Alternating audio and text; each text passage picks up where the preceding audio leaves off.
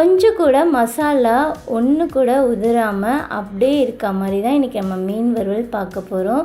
நம்ம இன்றைக்கி சங்கரா மீன் வச்சு தான் செய்ய போகிறோம். எந்த மீன் வாங்கினாலும் இதே மெத்தடில் செய்யுங்க.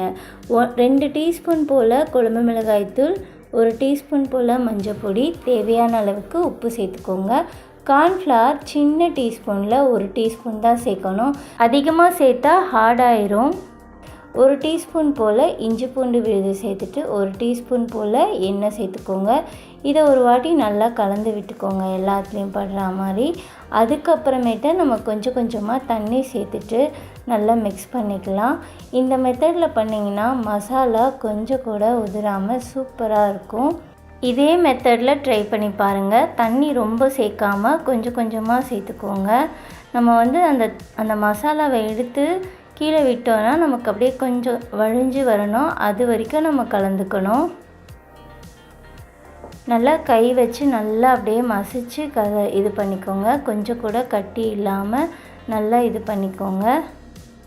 இப்போ பார்த்தீங்களா, உங்களுக்கு இன்னும் கூட நான் கொஞ்சம் தண்ணி சேர்த்துக்கிறேன். லிட்டில் பிட்டாக சேர்த்துக்கோங்க. இந்த மாதிரி எடுத்து நம்ம கீழே போட்டோன்னா அப்படியே தளன்னு வரணும். அதுதான் கரெக்டான பக்குவம். இப்போ நம்ம சுத்தம் பண்ணி வச்சுருக்க சங்கரா மீனை இதில் சேர்த்துக்கலாம். எந்த மீன் வாங்கினீங்கனாலும் இதே மெத்தடில் சேர்த்துக்கோங்க. கார்ன்ஃப்ளவர் நிறைய சேர்த்திங்கன்னா ரொம்ப ஃபிஷ்ஷோட இது சாஃப்ட்னஸ் போயிட்டு ஹார்டாக ஆயிரும். இப்போ எல்லாத்தையும் நம்ம கலந்துக்கலாம். இந்த மாதிரி செஞ்சிங்கன்னா எல்லா மீனுமே சூப்பராக இருக்கும். கொஞ்சம் கூட உதிரவே உதிராது.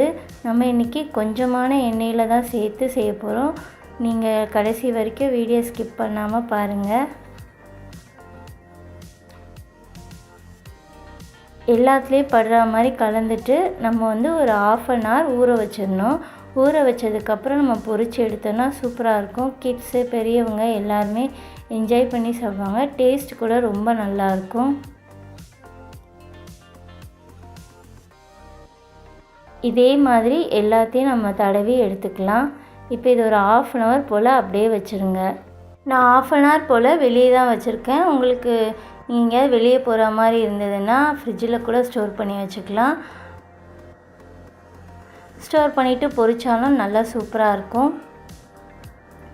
இப்போ ஒரு தவாவில் 1 டீஸ்பூன் போல் எண்ணெய் சேர்த்துக்கோங்க. நல்லா சுற்றி 1 டீஸ்பூன் போல் சேர்த்துட்டு நல்லா எல்லாத்தையும் படுற மாதிரி ஸ்ப்ரெட் பண்ணிக்கோங்க. இது நல்லா சூடாகணும். தவா நல்லா சூடானதுக்கப்புறம் தான் நம்ம ஃபிஷ்ஷை போடணும். நல்லா சூடாயிருச்சு. இப்போ போட்டுடலாம்.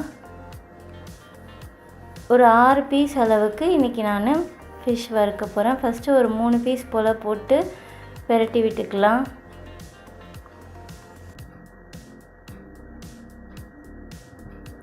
இந்த மாதிரி செஞ்சிங்கன்னா ரொம்ப நல்லாயிருக்கும்.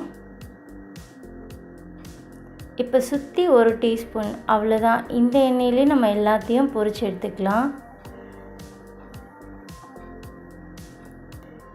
அடுப்பு ஃபுல்லாக ஃபாஸ்ட்லேயே வச்சுக்கோங்க. இப்போ திருப்பி விடலாம். பார்த்தீங்களா, கொஞ்சம் கூட மசாலா உதிராமல் சூப்பராக வருது.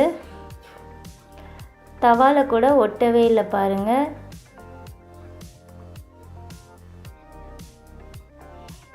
இதே மாதிரி ஒரு 2 வாட்டி போல் திருப்பி விட்டாலே போதும். சூப்பரான ஃபிஷ் வறுவல் ரெடி ஆயிடுச்சு.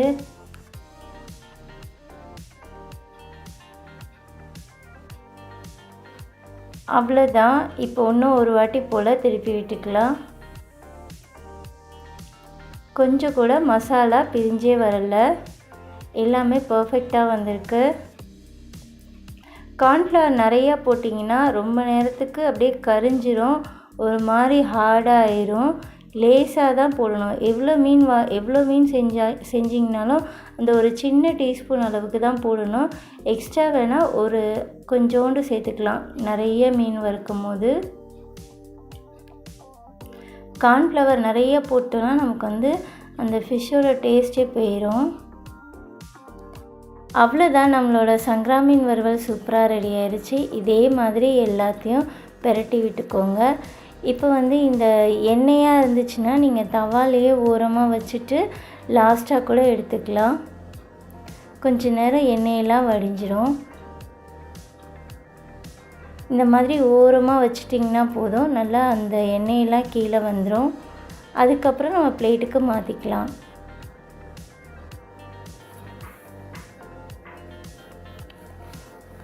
கண்டிப்பாக ஒரு வாட்டி இந்த மெத்தட் ட்ரை பண்ணி பாருங்கள். கொஞ்சம் கூட மசாலா உதிராமல் சூப்பராக இருக்கும். இதே மாதிரி நம்ம எல்லாத்தையும் செஞ்சு எடுத்துக்கலாம். இன்னொரு பேட்ச் நான் அப்படியே போட போகிறேன்.